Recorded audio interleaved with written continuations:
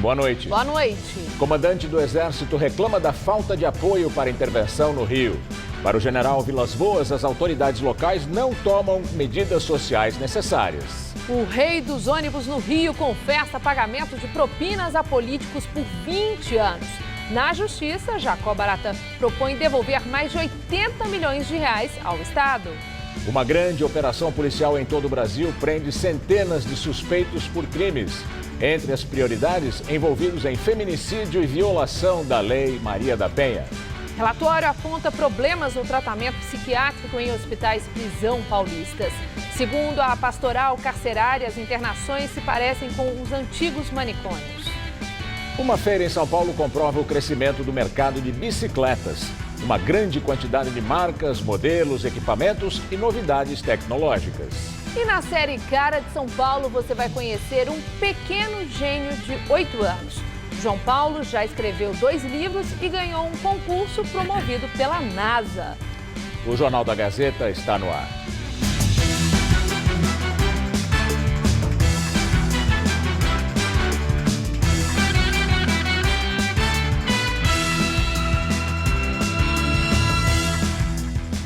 São Paulo tem 3 hospitais custódia que atendem mais de 700 pessoas que cometeram crimes, mas não podem ser responsabilizadas por seus atos. O Jornal da Gazeta conseguiu autorização judicial para mostrar um desses hospitais que fica em Franco da Rocha.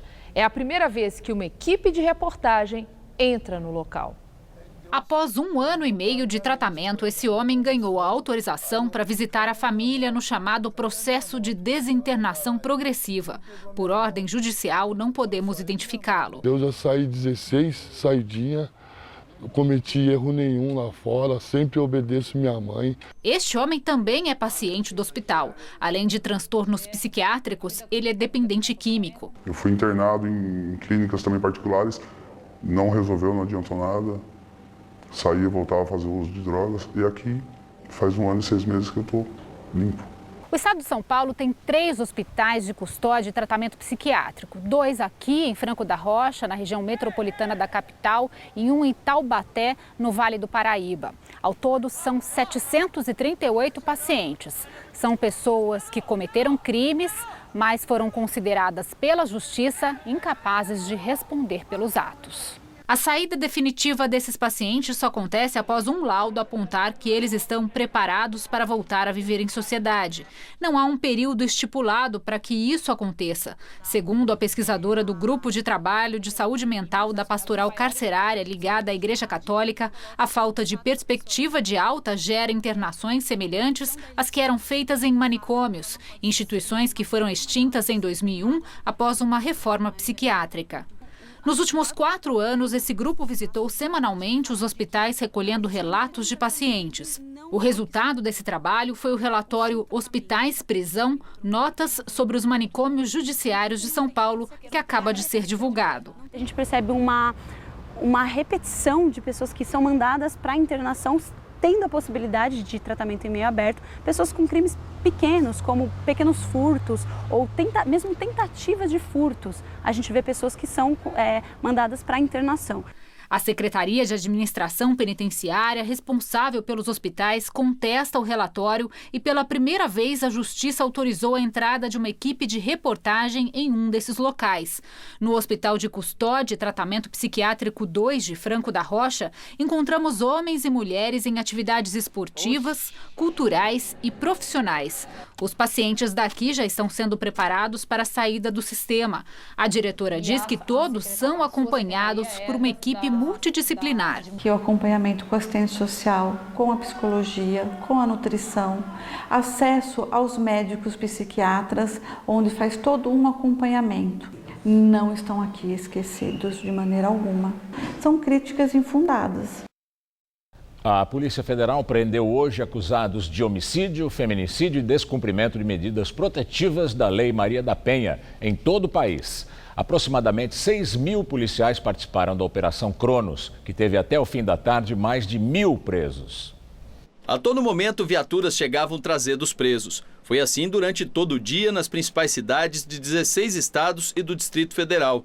Os alvos dos policiais eram acusados de homicídio e principalmente feminicídio, o assassinato de uma mulher pelo fato de ser mulher. A operação foi batizada com o nome do deus grego do tempo, Cronos, em referência ao tempo de vida tirado das vítimas pelos autores dos crimes. Esta operação foi definida em um encontro entre integrantes do Conselho Nacional dos Chefes de Polícias Civis com o ministro da Segurança Pública e vinha sendo planejada desde o mês passado. Hoje, cerca de 5.000 policiais foram para as ruas cumprir os mandados de prisão. Em todo o Brasil, até o início da tarde, mais de 600 homens já tinham sido presos, entre eles 61 adolescentes. Na capital paulista, os presos foram levados para a sede do Departamento de Homicídios e Proteção à Pessoa, no centro da cidade. É uma operação que nós estamos tirando da sociedade aquele pessoal que deve por homicídio e que está sendo conduzido para a cadeia hoje. Em alguns estados, os policiais também capturaram autores de crimes contra mulheres que descumpriram medidas protetivas determinadas pela Justiça, com base na Lei Maria da Penha, e também condenados por estupro. Durante as investigações, os policiais utilizaram informações do Banco de Perfil Genético, que cadastra o DNA de autores de crimes sexuais, e confrontaram com o material genético encontrado em vítimas. Essa operação é, na prática, o que representa o SUSP, o Sistema Unificado de Segurança Pública, uma atuação unificada das inteligências de operações, com a participação do Ministério Público e do Judiciário, para combater a violência, para dar segurança aos brasileiros e brasileiras e, sobretudo, para garantir e proteger a vida. Particularmente, eu destacaria a questão do combate ao feminicídio. Ontem, mais uma mulher foi vítima de feminicídio em Mauá, no ABC. Vanessa Caetano de Oliveira, de 37 anos, foi assassinada pelo namorado durante uma briga. Uma vizinha ouviu os gritos do casal, chamou Vanessa, mas não teve resposta. Então, logo depois, ela viu Jaime Borges de Lima saindo da casa. Os vizinhos impediram que ele fugisse e ele foi preso em flagrante. Ladrões invadiram a casa do prefeito de Mongaguá, no litoral sul de São Paulo. Moradores e empregados foram feitos reféns. Segundo a polícia, 2 bandidos renderam a empregada que lavava a calçada, invadiram a residência e amarraram a mulher e o filho do prefeito, Rodrigo Casabranca, do PSDB. Um segurança do político também foi rendido. Os criminosos fugiram e levaram dinheiro e alguns pertences. Ninguém ficou ferido. Os 2 ladrões já foram identificados. São eles Sérgio Gabriel Santos Souza e João Vitor Nunes Leonel. Eles estão foragidos. A polícia investiga a participação de um terceiro comparsa. O prefeito de Mongaguá assumiu o cargo no sábado passado, depois que os vereadores decidiram caçar os também tucanos, Arthur Parada Prócida, agora ex-prefeito, e o vice dele, Márcio Melo Gomes. Os 2 são suspeitos de desviar verba da educação. Prócida está preso desde maio na penitenciária de Tremembé, no interior de São Paulo, porque não soube explicar a origem de cerca de 5 milhões de reais encontrados na casa dele, durante a Operação Prato Feito da Polícia Federal. Com a prisão de Prócida, o vice ficou impedido de assumir o comando da cidade até um novo parecer judicial. Foi então que Rodrigo Casabranca, que era o presidente da Câmara dos Vereadores, assumiu a prefeitura por ser o próximo na linha sucessória. Segundo a Justiça Eleitoral, Casabranca só pode ficar no cargo por no máximo 90 dias. Em dezembro, deve ser realizada uma nova eleição para escolher o prefeito da cidade. A polícia prendeu 3 homens por furto e adulteração de combustível na zona sul da cidade. Os suspeitos foram presos de madrugada num terreno na Vila Carioca, onde foram encontrados caminhões com combustível adulterado e muitos galões. A investigação aponta que motoristas de caminhões-tanque tiravam o combustível e punham água para completar o reservatório na distribuidora. De acordo com a polícia, cerca de 800 litros eram tirados de cada caminhão. O Ministério Público de São Paulo pediu à Justiça a suspensão do edital de concessão do complexo do Pacaembu, na zona oeste da cidade. A repórter Carla Rodeiro tem outras informações. Olá, Carla, boa noite. Olá, boa noite. A promotoria alega que no edital não há garantia de que construções tombadas serão mantidas. Há 10 dias, na véspera do anúncio da empresa vencedora, o processo de concessão foi suspenso pelo Tribunal de Contas do município, que também encontrou irregularidades no edital. O projeto prevê a demolição da arquibancada, conhecida como tobogã, para construir no lugar dela um edifício de 8 andares que pode vir a abrigar um hotel, escritórios ou uma faculdade. Com isso, a capacidade do estádio seria reduzida de 40 mil para 26 mil lugares. A Associação dos Moradores Vizinhos alega que a altura proposta para o prédio vai além da que é permitida no bairro do Pacaembu, segundo o plano diretor. O Ministério Público considera que qualquer demolição poderia afetar a totalidade do estádio e, dessa forma, ferir o objetivo do tombamento. A Prefeitura argumenta que o edital foi elaborado a partir da análise feita pelos órgãos de proteção ao patrimônio histórico. Outra alegação do Ministério Público é de que não está claro qual será o destino do espaço. A intenção da administração municipal é conceder o estádio do Pacaembu pelo prazo de 35 anos em troca do pagamento mínimo de 37 milhões de reais. A prefeitura chegou a receber propostas de 4 interessados, mas por causa da decisão do TCM, os envelopes com os valores não puderam ser abertos e foram lacrados. E dessa forma, não há prazo agora para o anúncio da empresa vencedora. É com vocês no estúdio. O presidente Michel Temer participou hoje em Brasília de uma homenagem aos militares mortos no Rio de Janeiro. Ao lado de Temer, na solenidade pelo Dia do Soldado, o general Vilas Boas disse que, aparentemente, só militares estão engajados na intervenção no Rio. A cerimônia foi no Quartel-Geral do Exército, no Distrito Federal, e contou com mensagens lidas de Temer e do comandante da corporação, Vilas Boas, que homenagearam os 3 soldados mortos em operações durante a intervenção federal no Rio de Janeiro. O presidente agradeceu o trabalho dos militares em nome da nação e disse que tal sacrifício não foi em vão, porque a tarefa de restabelecer a ordem no Estado será cumprida. O general Vilas Boas usava um respirador devido a uma doença neuromotora degenerativa. Criticou o trabalho do governo e reclamou da pouca comoção e repercussão restrita em relação às mortes dos militares. No discurso, lido por um porta-voz, disse que exigem-se soluções a curto prazo, mas que os governos locais pouco fizeram para mudar os baixos índices de desenvolvimento humano, que contribuem para a proliferação da violência no Rio.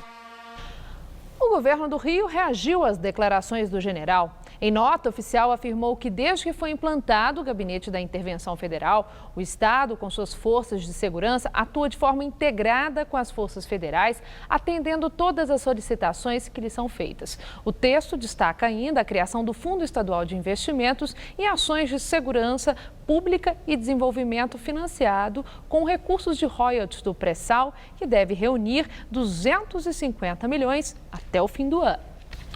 Agora o comentário de Josias de Souza, direto de Brasília. O fracasso subiu a cabeça de Michel Temer.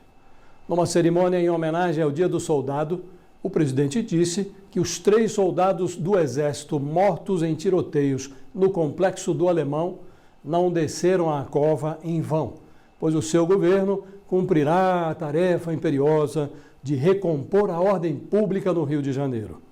Temer, como se sabe, não consegue recompor nem a própria biografia, desordenada por investigações de corrupção.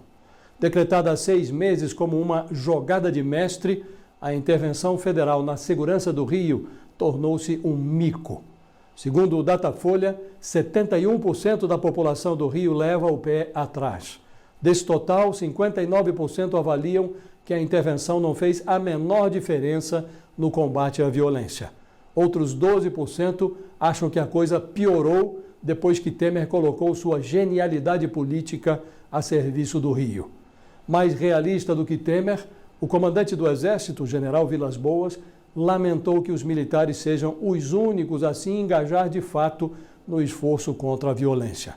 Ele espetou os políticos, que recorrem às Forças Armadas para garantir a ordem nos estados, mas não agem para mudar o ambiente de atraso humano que estimula o crime.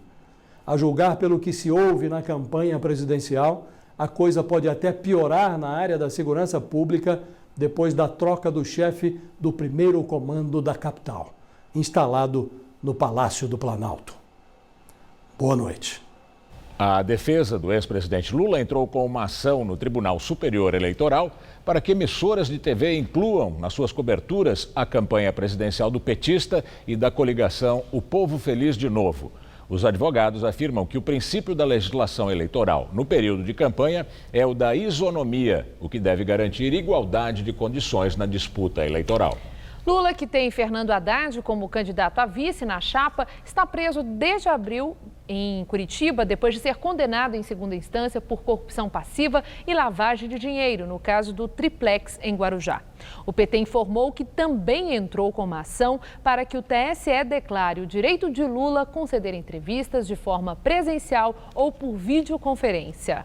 Os candidatos à presidência estiveram hoje nas regiões Centro-Oeste e Sudeste. Marina Silva, da Rede, cumpriu agenda em Goiás. No interior do estado, visitou uma fazenda da Embrapa.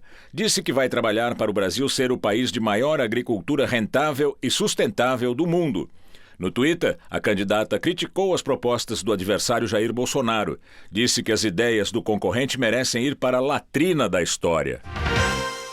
Em Tocantins, Ciro Gomes, do PDT, estava acompanhado da vice, Cátia Abreu, que é senadora pelo estado.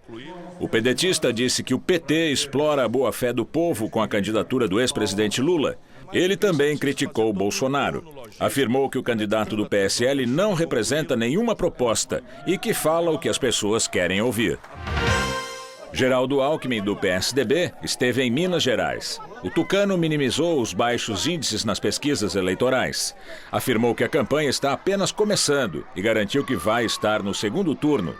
Segundo ele, a estratégia agora é mostrar ao eleitor o que fez como governador de São Paulo. O candidato do PSL cumpriu agenda no interior de São Paulo. Jair Bolsonaro esteve em José Bonifácio e em São José do Rio Preto. Criticou a inclusão do nome do ex-presidente Lula nas pesquisas e ainda xingou o petista. Bolsonaro chamou Lula de vagabundo, malandro e bandido. Os candidatos ao governo de São Paulo concentraram a campanha na capital. João Dória, do PSDB, visitou o GRAAC, onde prometeu que, se eleito, vai ampliar o programa de combate ao câncer. O tucano admitiu que agora vai tentar reconquistar o eleitor paulistano. Disse que compreende as razões das pessoas terem ficado aborrecidas quando deixou o cargo de prefeito após ficar apenas 1 ano e 3 meses no comando da prefeitura. Paulo Scaff, do MDB, visitou a Associação de Policiais Militares Portadores de Deficiência. Prometeu que, como governador, não vai fazer loteamento de cargos. De acordo com o presidente licenciado da Fiesp, quando há muitos partidos políticos, o eleito não consegue governar. O governador Márcio França, candidato à reeleição pelo PSB, visitou o Centro de Controle da Polícia Militar. Na região central da capital paulista, o candidato comentou os embates com os adversários. Disse que as tensões políticas são comuns em períodos eleitorais, mas que tudo se acalma depois. A Justiça suspendeu os direitos políticos do candidato João Dória por 4 anos. O tucano foi denunciado pelo Ministério Público por improbidade administrativa por ter usado o símbolo São Paulo Cidade Linda em ações da Prefeitura. A decisão é em primeira instância e cabe recurso. Além da suspensão dos direitos, Dória tem que pagar à Prefeitura pelos prejuízos causados. Em nota, a assessoria de João Dória informou que a decisão anunciada nesta sexta-feira não interrompe a campanha e que o candidato vai recorrer da sentença. Daqui a pouco, Maria Lídia entrevista Orlando Morando, do PSDB, prefeito de São Bernardo do Campo. Vão falar sobre as eleições de outubro. O inquérito com base na delação da JBS Friboi sobre Cid Gomes, do PDT, foi enviado ao Supremo Tribunal Federal para a Justiça do Ceará. A suspeita é de que Cid Gomes liberou créditos de ICMS para empresas privadas quando era governador do Ceará, em troca de doações milionárias ao candidato dele ao governo do estado em 2014, Camilo Santana, do PT. O Ceará mantinha um programa de renúncia fiscal para atrair empresas e incentivar as exportações, desde que o irmão de Cid, Ciro Gomes, candidato a presidente da República pelo PDT, governava o estado pelo PSDB nos anos de 1990. Em delação, Wesley Batista acusa Cid Gomes de ter procurado pessoalmente o grupo JBS Friboi para negociar o esquema, que teria operado também na eleição anterior de 2010. Os créditos foram em benefício da empresa Cascavel Couro, que pertence ao grupo dos irmãos Batista. Em um só dia, em 2014, o governo do Ceará repassou 20 milhões de reais, mais do que no ano anterior inteiro. Ao todo, a Cascavel Couro recebeu quase 100 milhões de reais durante a campanha eleitoral, justamente quando a JBS doou oficialmente quase 18 milhões para aliados do então governador. Segundo Wesley, a JBS pagou ainda outros 10 milhões de reais por meio de notas frias. Cid Gomes foi governador do Ceará de 2007 a 2014 e ministro da Educação no governo Dilma. Atualmente é candidato ao Senado e coordenador da campanha do irmão Ciro Gomes à presidência da República. Cid nega as acusações e disse que vai provar a inocência dele. O empresário Jacó Barata Filho, conhecido como Rei dos Ônibus no Rio de Janeiro, admitiu em depoimento que pagava propina a políticos do Rio há 20 anos em troca de vantagens para as empresas de transporte. Ao juiz Marcelo Bretas, Jacó Barata Filho admitiu que pagou durante 5 anos propina para o ex-presidente da Assembleia Legislativa do Rio, Jorge Pitiani, do MDB. Segundo Barata, os pagamentos irregulares para políticos da Alerj eram obrigatórios e chegavam a mais de 6 milhões de reais por mês. O objetivo era manter os privilégios do setor de ônibus junto aos parlamentares. Além de Pitiani, Barata disse ter pago propina a outros parlamentares do MDB fluminense, como os também ex-presidentes da Alerj, Paulo Melo e Edson Albertassi. Os 3 foram presos pela Operação Cadeia Velha da Polícia Federal em novembro do ano passado, acusados de participação no grupo criminoso conhecido como Caixinha da Fé Transpor, a Federação dos Donos de Ônibus do Estado. Até agora, todos negavam ligação com o esquema, mas o depoimento de Jacó Barata Filho complicou a situação no processo hoje. Segundo Barata, os pagamentos ilegais aconteciam há 20 anos no Estado, mas se intensificaram após a implantação do bilhete único no Sistema Estadual de Transportes durante o governo Sérgio Cabral. As empresas que administravam o bilhete único no Rio recebiam 3,5% do valor movimentado no Estado e usavam 1% do contrato para alimentar campanhas políticas e comprar o apoio de parlamentares aos projetos do setor. Para atenuar a pena no processo, a defesa de Jacó Barata propôs ao juiz Marcelo Bretas o pagamento de 81 milhões de reais como ressarcimento ao Estado do Rio pelos desvios. Para garantir o aumento de salário dos ministros do Supremo Tribunal Federal, o ministro Dias Toffoli, futuro presidente do STF, sugeriu hoje ao governo federal que mande uma proposta de emenda constitucional ao Congresso para desvincular os salários da Suprema Corte do teto do funcionalismo público federal. Essa sugestão foi feita num encontro dos integrantes do Supremo com o presidente Michel Temer, justamente para discutir o aumento dos salários dos ministros. Esse aumento vai gerar efeito cascata em todo o funcionalismo, provocando um rombo de mais de 4 bilhões de reais nas contas públicas. Ele nasceu aqui na capital paulista, não faz nem 10 anos, mas já escreveu 2 livros, ganhou um concurso promovido pela NASA e foi convidado para conhecer a ONU. Por tudo isso, João Paulo é um personagem que é a cara de São Paulo. Ele tem 8 anos com toda a graça da idade.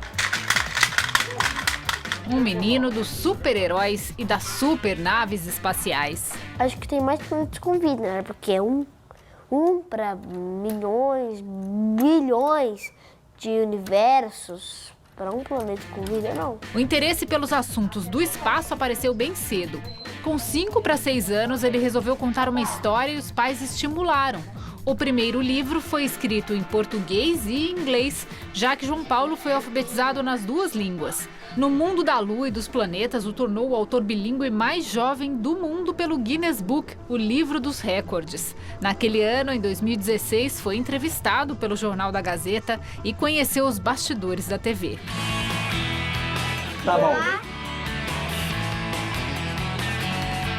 Em 2017, com o texto do livro adaptado para um jogo, ele venceu uma das categorias do NASA Ames Contest, um concurso mundial promovido pela Agência Espacial Norte-Americana. E lá ele foi discursar para cientistas em inglês. E fez mais um tanto de palestras aqui no Brasil, já que se tornou embaixador mirim do NASA Science Days, projeto para estimular o gosto pela ciência no mundo. E não parou por aí. Nos vemos no espaço! No começo desse ano, João Paulo lançou o segundo livro, Morando do Espaço, que é uma continuação da primeira história e tem essa temática aí que ele tanto gosta de espaço, naves. E aqui no final, ele resolveu escrever algumas dicas, né, de comportamento, como respeitar os pais, acreditar nos sonhos, não jogar lixo no mar nem na rua, enfim, são algumas dicas aí do João Paulo. Essas dicas e toda essa história dele acabaram chamando a atenção da ONU. O encontro foi marcado com a secretária-geral para a Infância e Juventude em Nova York. Pesquisando no site da ONU antes da viagem, João Paulo e a família notaram que o português não está entre as 6 línguas oficiais da entidade. Então ele aproveitou a oportunidade e também entregou uma carta escrita de próprio punho para pedir a inclusão. Só fazer as crianças gostarem de ler, estudar, proteger o planeta Terra, reciclar as coisas e saber de ciência e tecnologia, engenharia e matemática. Os pais Margarida e Ricardo contam que nunca receberam ajuda financeira para as viagens e que promovem tantas atividades para que o menino tenha sempre vontade de aprender mais e mais. Nós percebemos que essa busca pelo conhecimento, essa curiosidade, o fato de dividir o que ele faz com outras crianças deixa cada vez mais empenhado em fazer isso. O que você vai ser quando crescer? Sou engenheiro espacial. Eu já vou 2030, que vai lançar uma estação espacial com 500 pessoas no espaço.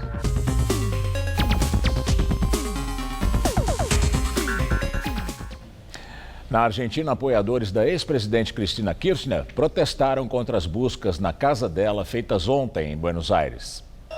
Cantando músicas de apoio a Cristina, os manifestantes alegavam que as buscas, que duraram 13 horas, foram motivadas politicamente pelo governo Macri contra a família Kirchner. Segundo a perícia, os trabalhos foram demorados porque o apartamento de 250 metros quadrados foi escaneado. Havia suspeita de paredes falsas para esconder o dinheiro pago em troca de contratos públicos nos governos de Nestor e Cristina Kirchner. O caso de corrupção surgiu depois da divulgação de anotações detalhadas sobre a entrega de dinheiro em alguns endereços, entre eles o apartamento da ex-presidente em Buenos Aires. Segundo a investigação, o esquema de suborno recebeu cerca de 160 milhões de dólares. Um forte terremoto atingiu o Peru hoje de manhã. O tremor foi sentido em cidades do Acre e Rondônia, mas não há relatos de danos. O ponto de origem do tremor foi registrado a 250 quilômetros da cidade de Puerto Maldonado, perto da fronteira do Brasil. O abalo foi sentido também na cidade de Arica, no Chile, além de algumas cidades brasileiras. No começo da semana, um terremoto na Venezuela foi sentido também na região norte do Brasil. O chefe de finanças das organizações Trump teve imunidade garantida na investigação de pagamentos para a compra do silêncio de ex-amantes do presidente americano. Allen Weisselberg recebeu imunidade por dar informações sobre o ex-advogado do presidente, Michael Cohen, responsável direto pelos pagamentos, segundo ele, todos ordenados por Trump. Cohen, que assumiu ter feito os pagamentos, se declarou culpado de 8 acusações. Ele afirmou que Trump o mandou comprar o silêncio das mulheres para manter em segredo os casos extraconjugais. Disse que o objetivo era impedir que um escândalo prejudicasse Trump na campanha de 2016. O presidente diz que não fez nada errado e que os pagamentos foram feitos com dinheiro do seu bolso. A investigação desses pagamentos feitos por Cohen deve determinar se Trump violou a lei eleitoral. Nos Estados Unidos, qualquer despesa de campanha que possa determinar o resultado da eleição, obrigatoriamente deve ser declarada à justiça. E agora vamos ao comentário de política internacional com João Batista Natali. Algo de muito podre no reino da Casa Branca. Donald Trump está afundando na lama que ele próprio produziu. O presidente americano luta contra 5 frentes de acusações. Vamos por partes. Orientado pelo secretário da Justiça, um procurador lidera uma investigação sobre as relações de Trump com a Rússia durante a campanha presidencial de 2016, para prejudicar a adversária que ele tinha do Partido Democrata. Naquela eleição, o mesmo tema estava sendo investigado pelo chefe do FBI, a Polícia Federal Americana, pois Trump derrubou esse chefe, James Comey, mas eis que 3 agentes entraram em seguida na mesma investigação, pois Trump acaba de demitir todos os 3. Um outro cidadão chamado Paul Manafort foi chefe da campanha presidencial de Trump. Na terça-feira, ele foi condenado por fraude e evasão de divisas. E existe, por fim, o advogado particular de Trump, Michael Cohen.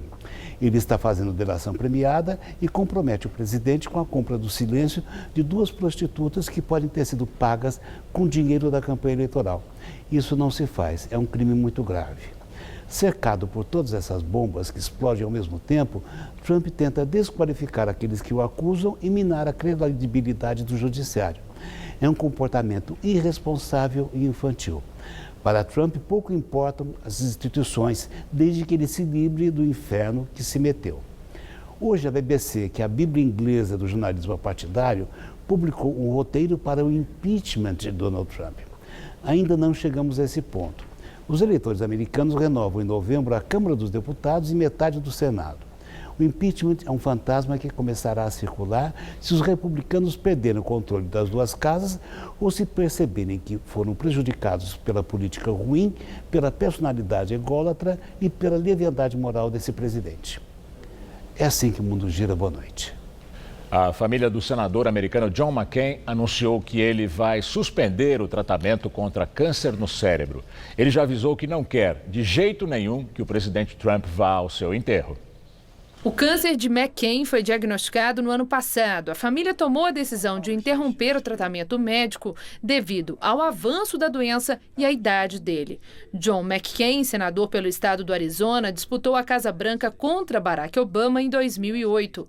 Desde a chegada de Donald Trump à Casa Branca, a relação de McCain com ele foi muito tensa, pois o influente senador não aprova muitas políticas de Trump e nem a sua maneira de conduzir as relações externas. Em maio, o New York Times revelou que McCain deu instruções para as pessoas mais próximas dele para que Trump não vá ao seu funeral.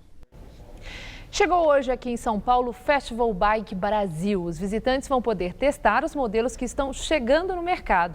Hoje a bicicleta é o meio de transporte de 3% dos moradores da capital paulista. Se você gosta de bicicleta, esse é o lugar ideal. Neste festival são mais de 300 marcas que movimentam esse grandioso mercado das 2 rodas. A feira, considerada uma das maiores da América Latina, foi dividida em 2 ambientes. Um fechado, voltado apenas para os profissionais do setor, com as principais novidades do mercado. E quando a gente vê essa infinidade de modelos e marcas de bicicletas, fica até difícil escolher, não é mesmo? Mas você sabia que o tamanho e as dimensões da bike fazem toda a diferença? Pois é, existem até ferramentas que ajudam a gente escolher a bicicleta ideal. Essa empresa lançou um serviço voltado para o lojista não errar na hora de oferecer o produto. A bike sai literalmente na medida para o consumidor. Se você não tiver um ajuste legal da bike, você, além de não desempenhar um pedal legal, você ainda vai sofrer de dores, pode ser na coluna, pode ter dormência nos pulsos. É um sistema totalmente online, foi desenvolvido por nós, brasileiros. Isso é muito importante da gente frisar, que os padrões adotados no sistema são padrões de pessoas brasileiras, né? Um mercado que não para de crescer e fascina um número cada vez maior de pessoas. São mais de 100 milhões de unidades de bicicleta que o país tem. Comparado isso com carros, são 45 milhões de carros. A bicicleta ela deixou de ser uma ferramenta recreativa e as pessoas começam a utilizar como um modal. Dos negócios para a diversão, na parte de fora do salão de exposições, a feira é aberta ao público em geral. Dá para experimentar vários modelos de bicicletas, como esta, que chama a atenção pelos resistentes pneus e a elétrica. A marca chinesa já está sendo vendida no Brasil e, segundo o fabricante, serve para qualquer terreno. A média de preço é de R$6 mil. Você viu vários modelos, por que você interessou nessa especificamente? Pelo tamanho, robusta, assim, nunca tinha visto uma bicicleta assim. Tem ainda competições internacionais de ciclismo acontecendo por aqui, como a etapa da Copa Mountain Bike, que conta pontos para o ranking mundial. E para fechar o passeio, que tal conversar e tirar uma foto com este simpático senhor? Para quem não conhece, ele é Gary Fischer, um norte-americano que ajudou a criar a modalidade de mountain bike na década de 1970 e um dos maiores incentivadores do ciclismo no mundo. Gary conta que não imaginava que o esporte faria tanto sucesso e é gratificante quando as pessoas dizem que ele mudou suas vidas. Around the world and I meet people and they say, "You changed my life."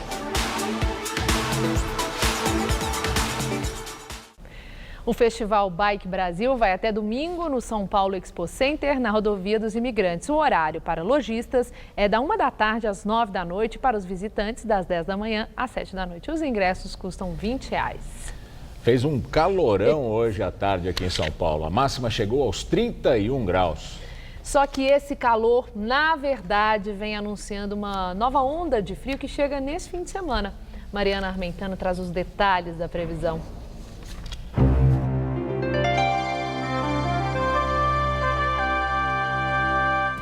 A frente fria que causou muita chuva hoje no sul do Brasil, agora vem provocar chuvas aqui no sudeste. E ela não vem sozinha não, viu? Vem acompanhada por uma forte massa de ar polar. Amanhã pode ter temporais aqui em São Paulo já desde cedo e até à noite chove também no centro-sul, no Rio e nas áreas do sul de Minas e Triângulo Mineiro. Vamos ter muita umidade e frio também entre o Mato Grosso do Sul e Rondônia. Na região sul do país, o fim de semana vai ser gelado, com pouca chuva e até chances de neve entre a noite de sábado e a manhã de domingo, ali entre a Serra Gaúcha e Catarinense. Vamos ver aqui a nossa tabela de temperaturas? Em Porto Alegre, mínima de 9 e máxima de 15 graus apenas. Em Campo Grande, muita chuva e máxima só de 23. No Rio, antes da frente fria chegar, a máxima vai aos 34 graus. E em Fortaleza, nada abala o sabadão ensolarado. Calor por lá de 32 graus amanhã. Para São Paulo, como já foi dito, o tempo muda radicalmente em relação a hoje. Todas as regiões paulistas têm risco de chuva forte, com raios e ventania, e as temperaturas começam a cair gradativamente amanhã, mas é no domingo que esfria para valer. A máxima nesse sábado fica em torno dos 24 graus em Presidente Prudente e dos 25 em Presidente Bernardes e também em Marília. No litoral, a máxima chega aos 29 graus em Caraguá amanhã. Aqui na capital, as temperaturas ainda ficam agradáveis nesse sábado, mas depois despencam, viu? Nessa madrugada, teremos mínima de 14 e máxima amanhã à tarde de 25 graus, com chuvas a qualquer hora. Aí no domingo, prepare o cobertor e o agasalho, porque teremos mínima de 12 e máxima só de 16 graus. E para começar a semana, ainda faz frio por aqui. Os termômetros devem ficar entre 11 e 18 graus na segunda-feira. A Caixa Econômica Federal ampliou o financiamento de imóveis usados e diminuiu os juros das linhas que usam a poupança. A partir de hoje, até 80% do valor dos imóveis que já foram ocupados podem ser financiados. Antes, o limite era de 70%. As taxas do sistema financeiro de habitação passaram de 9% para 8,75%. A linha do sistema de financiamento imobiliário baixou de 10% para 9,5% ao ano. Segundo a Caixa, essas mudanças foram possíveis graças à liberação de 20 bilhões de reais para créditos habitacionais. E agora vamos ao comentário de economia com o Vinícius Torres Freire. Os juros para comprar casa ou apartamento estão no nível mais baixo em 5 anos. Os preços dos imóveis, na média, caíram quase 20% desde 2013. Mas o mercado imobiliário ainda está no fundo do poço. Como a gente acabou de ouvir, a Caixa Econômica Federal baixou ainda mais suas taxas mínimas, as menores de juros. Para quem compra imóvel no sistema financeiro de habitação, com um juro mais baixo, a taxa mínima passou agora para 8,75% ao ano, como a gente acabou de ver. Mas nesse sistema, o preço do imóvel tem limite, R$800 mil, quase no Brasil inteiro, e 950 mil para São Paulo, Rio e Distrito Federal. Para imóvel mais caro que esses, a taxa mínima é de 9,5% ao ano. Mas é possível até encontrar taxas mais baixas por aí, a depender do crédito do consumidor, da qualidade desse crédito. Mas mesmo com juro mais baixo e preço mais baixo, vende-se muito pouco imóvel. Em São Paulo, a venda de imóveis novos quase parou de cair no último ano, mas o total de imóveis vendidos por ano é quase a metade do que era vendido em 2014 e mesmo em 2015, quando a recessão já estava feia. A venda de imóveis usados começou a crescer de um ano para cá, mas o tombo aí tinha sido muito maior. O total de imóveis usados vendidos no último ano é mais ou menos 1/3 do que era em 2014 e 2015. É um desastre. Os motivos principais do tombo são meio óbvios. Bancos têm medo de emprestar. Mesmo o consumidor que tem emprego e meio de pagar o financiamento não tem muita coragem. Bancos e consumidores têm medo da mesma coisa, de perda de emprego e de renda e, portanto, de inadimplência, calote. Se as vendas estão fracas, a construção civil também fica fraca. Construção civil fraca dificulta a recuperação da economia. É mais um círculo vicioso da economia brasileira. Se houvesse um pouco mais de confiança no futuro do país ou mais obras públicas, a coisa poderia até começar a engrenar. Mas está tudo meio parado, pois muita gente espera o resultado da eleição para pensar que bicho vai dar na economia do ano que vem. Boa noite. Depois de 7 dias de valorização, o dólar fechou em queda, hoje cotado a R$ 4,10, recuo de 0,45%. Mesmo caindo hoje, o dólar terminou a semana com valorização acumulada de 4,85%. Foi a terceira alta semanal seguida e a maior desde 11 de novembro de 2016, quando Trump foi eleito presidente dos Estados Unidos. Daqui a pouco, Maria Lídia Flandre entrevista o prefeito de São Bernardo do Campo, Orlando Morando, do PSDB, sobre as eleições. Até já!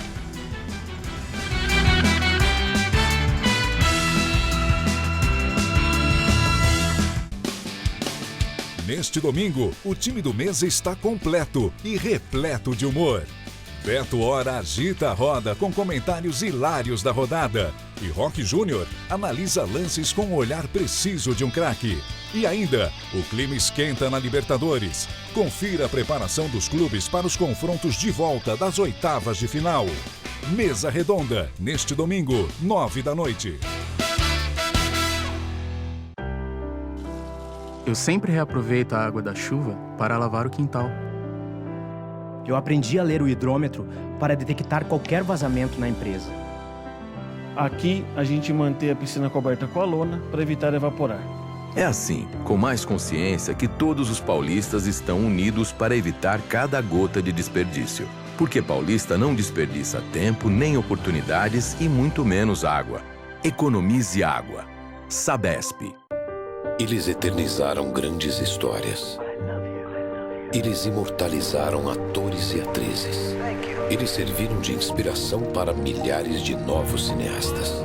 E ficaram para sempre na história do cinema. Chegou a coleção Folha Grandes Diretores no Cinema. São 30 filmes de Hitchcock, Truffaut, Fellini e muitos outros em livros DVDs por apenas R$19,90 cada. Na compra do primeiro, grátis o segundo. Todo domingo nas bancas. Colecione.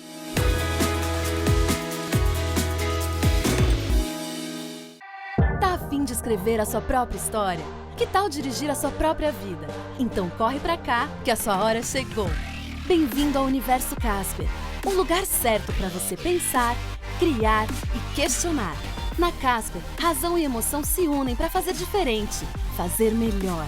E você, aceita o desafio? Tem muita coisa nova te esperando por aqui. Faculdade Casper Líbero, Vestibular 2019. Paixão por comunicação. A todo momento, uma nova informação. A todo momento, um novo questionamento. O que realmente é relevante? Escolha as notícias certeiras. Escolha o Jornal da Gazeta, edição das 10, de segunda a sexta. Oferecimento Faculdade Casper Líbero. Paixão por comunicação.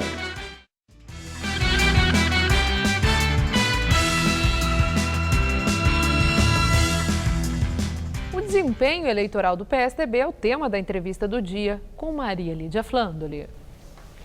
Quem analisa é o prefeito de São Bernardo do Campo, Orlando Morando, do PSDB, e que é presidente também do consórcio intermunicipal Grande ABC. Muito obrigada, prefeito, por estar conosco. Boa noite, Maria Lídia, eu que agradeço. Bom, prefeito, olha, eu quero cumprimentá-lo assim duplamente. Primeiro, pelo aniversário da sua cidade. Né? São Bernardo completou quantos? 465 anos. 65 no último anos. dia 20. No dia 20. Isso. E hoje é seu aniversário. Pois é, hoje é o meu. Opa, muito obrigada, prefeito. Pouco menos do que o da cidade, por viu? ter vindo, achado um tempo estar aqui muito hoje conosco. Imagina, é um prazer, é um privilégio. Muito obrigada e felicidades. Muito parabéns. obrigado, agradeço Bom, muito. Prefeito, vamos falar agora do PSDB na corrida eleitoral, que é a nossa pauta de entrevista. Geraldo Alckmin, que tem um histórico político, tem o que mostrar na vida pública, não deslanchou até agora. A candidatura dele ali oscilando 6%, 7%. Ele conquistou apoio do tal do Centrão, né? Tantos partidos, vai ter tempo na televisão e acontece que ele não sai do lugar. A minha pergunta, o que é que está acontecendo com Geraldo Alckmin? Maria Lídia, é um processo natural. Ele governou São Paulo até agora, um pouquinho antes do terminar o primeiro semestre. Ele se deslocou de São Paulo para percorrer os outros estados, montar as boas alianças, construiu a maior frente partidária, o que vai permiti-lo ter o melhor tempo de televisão.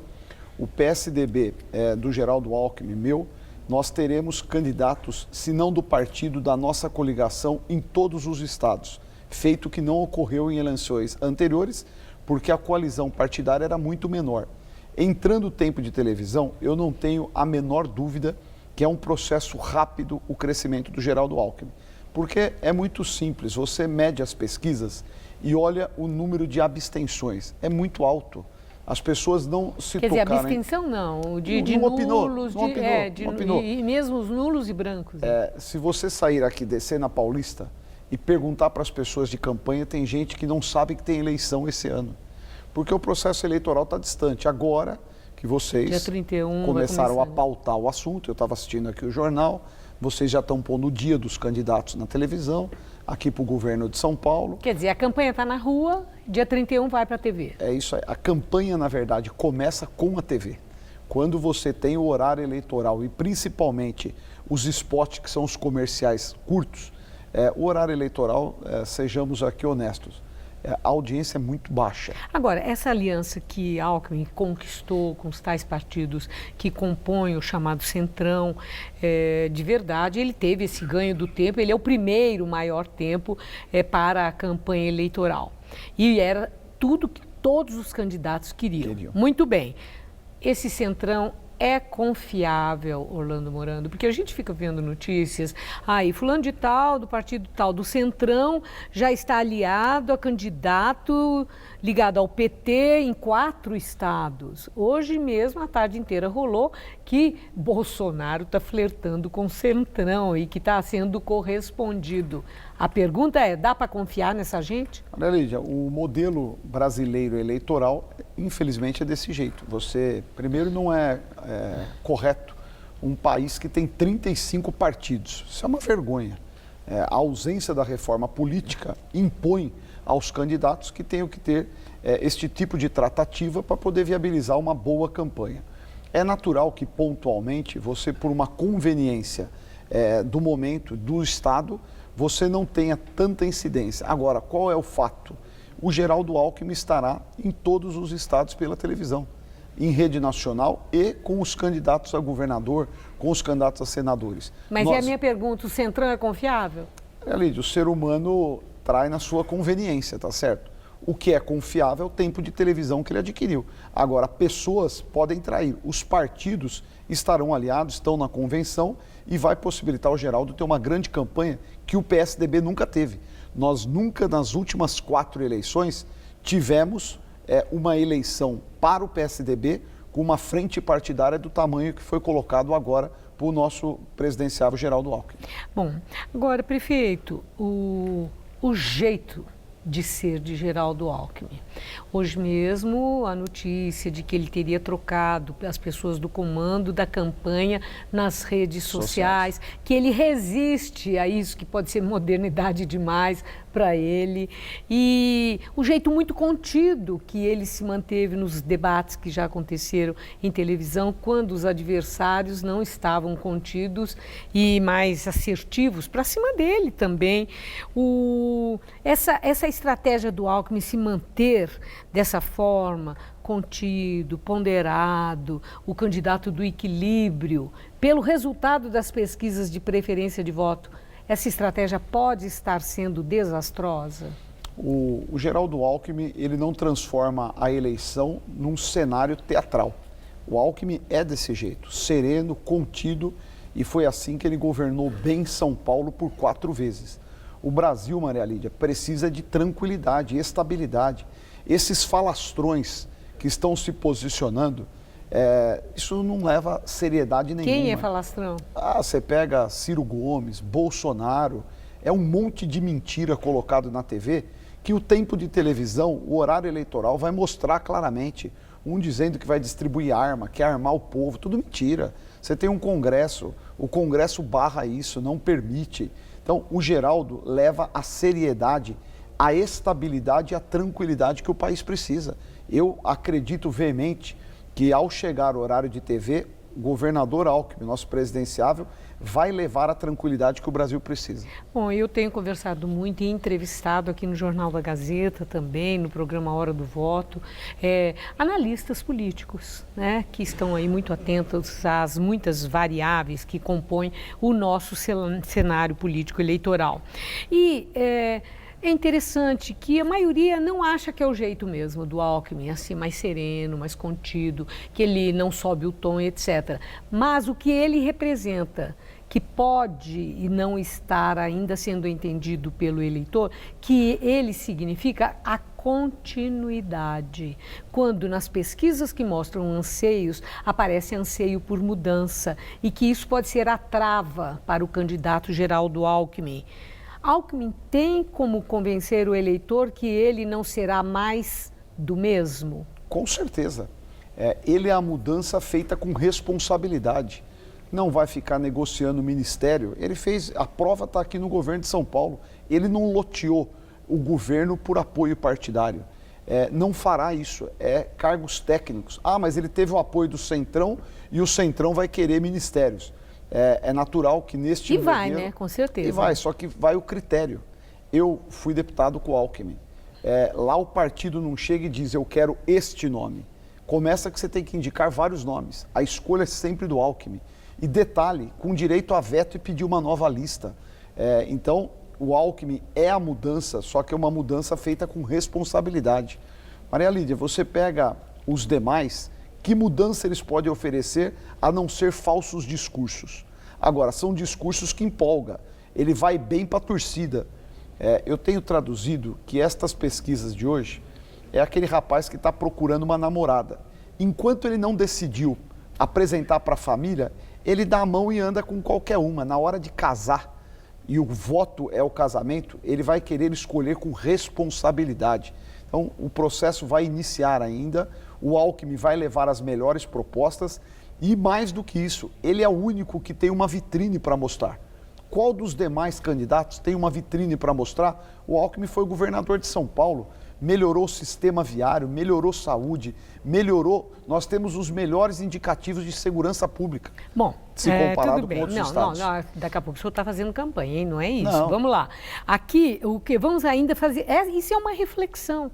Eu estou achando muito interessante porque o senhor está oferecendo subsídios para pensarmos sobre tudo o que está acontecendo. Agora, o que... Eu quero partir da sua cidade. São Bernardo do Campo enfrenta o sério problema que no Brasil inteiro acontece, que é a questão do desemprego. Melhoramos O que? Eu não estou falando de Alckmin, não. Estou falando agora. O que a população em São Bernardo do Campo espera do próximo presidente da República em relação a essa questão. Logo, essa cidade que está ali no núcleo, no ABC, que é berço do trabalhismo, dos trabalhadores, o próprio PT, que é adversário de vocês, nasceu ali.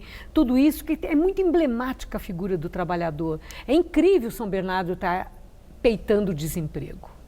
Nós chegamos a ter 70 mil desempregados na cidade.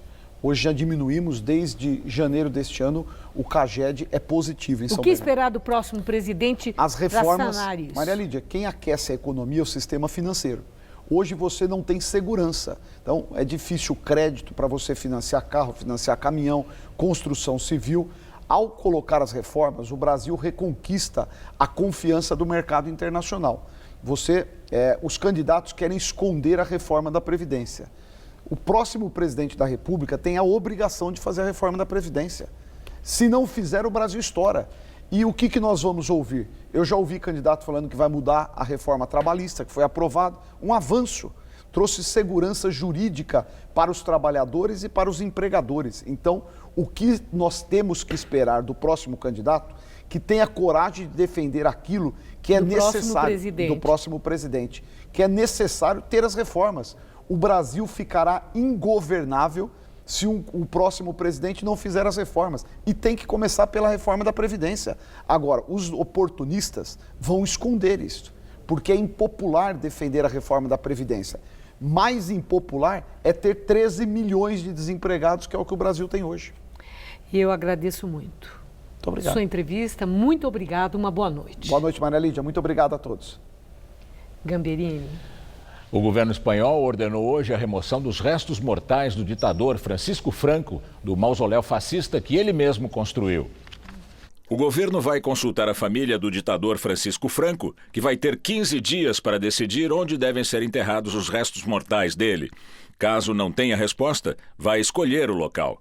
O Vale dos Caídos, a 50 quilômetros de Madrid, é criticado por ser o único monumento a um líder fascista ainda existente na Europa, além de um local de peregrinação de neonazistas. O monumento, construído por Franco, guarda os restos mortais de mais de 34 mil mortos da Guerra Civil e deve ser transformado num memorial das vítimas da guerra até o fim do ano. O Jornal da Gazeta termina aqui. A edição de hoje pode ser vista no site do Jornal da Gazeta. Boa noite para você, um excelente fim de semana. Boa noite e até segunda.